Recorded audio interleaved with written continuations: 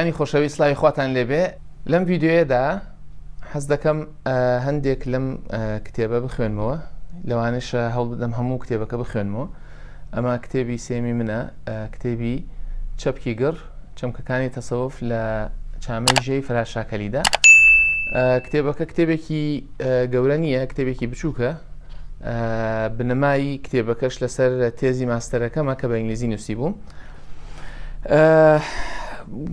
گوتم بە هەندێک لە کتێبەکە بخوێنمەوە، یان هەر نەبێت لە سەرتاوە دەست پێ بکەم پێشەکەی بخوێنمەوە یا پێشکەشکردنێک بۆ کتێبەکە بکەم و وردەوردە بیخوێنمەوە. ئیدی خوایار بێت لەوانەیە تا کۆتایی کتێبەکە بڕۆم، لەوانەش هەروە چەند بەشێکی لێ بخوێنمەوە بزانین ئینشەڵا بەرەوکیەوە دەڕوا چۆن باشە. بەرحاڵ هیوام وایە ئەم ڤیدیۆیە جێی سەرنج بێت، جۆرێکیش هەڵنان بێت بۆ ئەوەی ئەگەر پێتان باش بوو ئەوە کتێبی دیکەش وردەوردە بخوێنمەوە و پێتان باش بێت دەتوانن کتێبەکە دەست بخەن. کتێبێکی بچووکە، کتێبەکە بەشێکی توێژینەوە و ڕەخنە و لێکۆڵینەوەکەی منە لە چامەی ژێ، شعرێکی قەسیدەیەکی فەرهاد شاکەلیە. طبعاً 81 لاپەڕەیە باسەکە، نووسینەکە بە پێشەکیەوە 81 لاپەڕەیە و تقریباً تا کۆتایی کتێبەکە 115 بە سەرچاوەکانەوە تا لاپەڕە 15ش درێژەی چامەکەی تێدایە، هەر کەسێک بێوێت دەتوانێت کۆی چامەکە بخوێنێتەوە. زۆر باشە. کتێبەکە ناوی چەپکی گڕ چەمکەکانی تەسەوف لە چامەی ژێی فەرهاد شاکەلیدا. چامەیانی قەسیدە. زۆر باشە. تەمان کتێبەکە لەسەر ئەرکی وەزارەتی پەروەردەی حکوومەتی هەرێمی کوردستان چاپ کراوە. پرۆژەیەکیان هەبوو بۆ چاپکردنی کتێب، یەکێک لەو کتێبانەی کە بۆ ئەو پرۆژەیە هەڵبژێرا ئەم کتێبە بوو. وا دەزانم ئەوەی بیستمتیان لە 200 کتێب دە کتێب هەڵبژێرا بوو، یەکێک لەمانە ئەمە بوو. بەرحاڵ زۆر ناچمە ناو وردەکاری و شیکردنەوە، من هەر کتێبەکە دەخوێنمەوە، ینی هەموو ڤیدیۆکە لەسەر خوێندنەوەی کتێبەکەیە. پێشەکی لە نێوەندی خوێندن و ئەو دەمانەدا بوو دەبوو ئیدی خۆم لەسەر بابەتێک بۆ تێزی ماستەرەکەم یەکلایی بکەمەوە. کاتێک بە نێو ئەنجامەکانی گوگڵدا دەگەڕام چاوم بە ناوی فەرهاد شاکەلی کەوت. ساڵی 2006 بوو.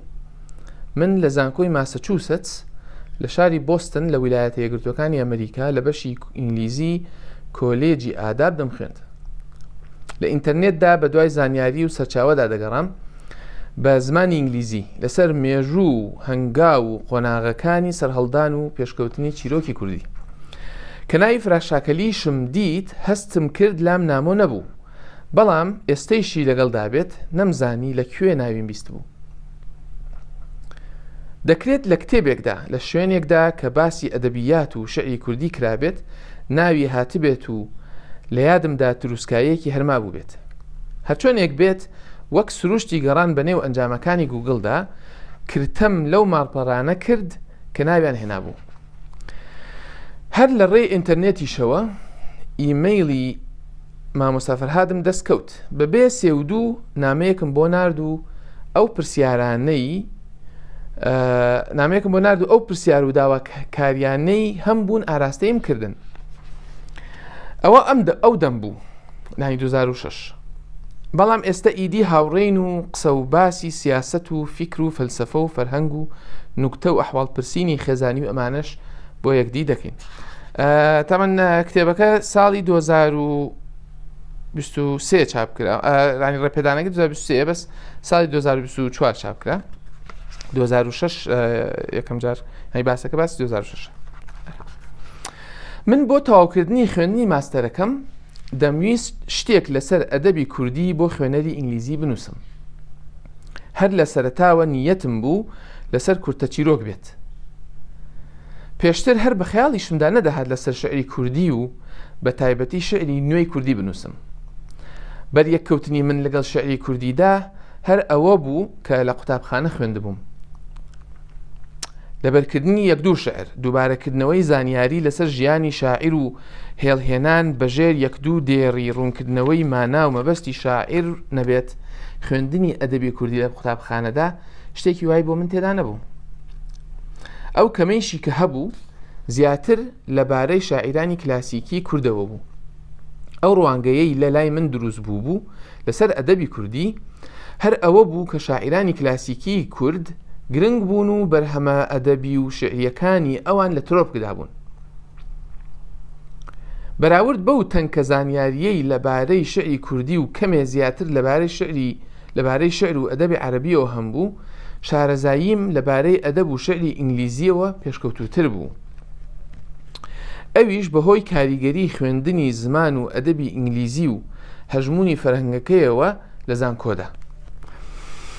لەگەڵ ئەوەیشدا لە خەیاڵدانی مندا شعری جوان و باش هەر شعری کلاسیکی کێش و سەرواردار بوو. بەرهەمی شاعیرەکانی وەک نالی و مەحوی و متەنەبی و شەوقی و شەیکسپیر و بێن جۆنسۆن و هاودەمەکانیان بوو. لە زانکۆی یوماس یا زانکۆی ماسەچوسەتس کە مامۆستاکەم پرسیاری ئەدەبی کوردی لێ دەکردم دەمگوت دەزانم شعری کلاسیکی کوردی لە بەکارهێنانی زمان و ناوەڕۆکدا باڵایە، بەڵام ڕاستیت بوێت وا نازانم شعری نوێی کوردی هێندەجێ سەرنج بێت. هەڵبەتە بە هێشتا من هەر باسی 2006 دەکەم. لە ڕێی خوێندنی ماستەرەوە بەریەکەوتنی زیاتر و دەوڵەمەندترم لەگەڵ ئەدەبی ئینگلیزیدا هەبوو. مامەڵە و شیکردنەوە و خوێندنەوەی ئەدەبم بە جۆرێکی باشتر و لە ئاستێکی باڵاتردا بوو. لەگەڵ ئەوەیشدا لە سەرەتاوە هێشتا زۆر سرم لە شعری مۆدێرن دەرنەدەکرد. بەڵام دواتر وردە وردە بە هاوکاری مامۆستا و سەرپەرشتیارەکەم بنەماکانی تێگەیشتن و ناسینەوەی بەهای بەرهەمی ئەدەبیم لەلا گەڵاڵە بوون. کلیلی سەرەکی ئەم کرانەوە و تێگەیشتنەیش خوێندنەوە و گفتوگۆکردن بوو لەبارەی شعری وێنەیی، بە ئینگلیزی پێوترە Imagist Poetry، لەبارەی شعری وێنەیی شاعیرانی سەرەتای سەدەی بیستەمەوە وەک ئێزرا پاوند، H.D. T.E. هۆڵم، کارلۆس ویلیام کارلۆس و ئەوانی دی. خوێندنەوەی خۆم و گفتوگۆکانم لەگەڵ مامۆستاکەمدا ئەوەیان نیشاندام کە بۆ ئەوەی باشتر لە شعرێتی شعر بگەم پێویستم بەوە بوو لە هەنگاوە تەکنیکیە ڕوتەکانی پێوانەی شعر و بەراوردکردنی کێش و سەروا دوور بکەومەوە. دەبوو تا بکرێت بە چاوێکی داخرا و هزر و دڵێکی کراوەوە لە شعرەکان ورد ببمەوە. هەڵبەت لە هەمان کاتدا دەرسێکم دەخوێند لەبارەی نووسین و داڕشتن لەناو کەوانە ئینشا یا کۆمپۆزیشن. دەرسێکم دەخوێن لەبارەی نووسین و داڕشتن و ماناقوڵەکانی نووسین وەک پرۆسەیەکی چالاکی بیرکردنەوە و پێکهێنان و ناسینەوەی جیهانی نێو نووسینەوە. ئەمە دەرسێک بوو لە کاتی خوێندنی ماستەرم لە زانکۆی یوماس. ئەم دەرسە بووە بنەمایەک بۆ مامەڵەکردن لەگەڵ زماندا بەگشتی و نووسین بە تایبەتی وەک مادەیەکی مرۆیی، وەک بازنەیەکی سەرەکی مرۆڤناسین و خۆناسین. هەر هێندەی تامی مامەڵەی هونەریم لەگەڵ زماندا کرد و ڕەهەندەکانی پێکهێنان و گەیاندنی مانا لە شعر و بابەتە ئەدەبی ئینگلیزیەکاندا لەلام فراوان بوون، هێندەم زانی لە نێوەندی دەرسەکەدا یەک دوو وێنەم بە وشە نەخشاند. وەک بڵێ جامێک توانای لە خۆگرتنی ئاوی زیاتری نەمابێت. ئاوا یەکەمین شعری خۆمم بە ئینگلیزی بەسەر پەڕی کتێبەکەدا پرژاند. ساڵی دواتر ئەو شعرانە و یەکدوانێکی دیکەم لە گۆفاری ئەدەبی زانکۆدا بڵاو کردنەوە و لە نێو هاوڕێکانمدا دەنگۆیەکی باشیان هەبوو.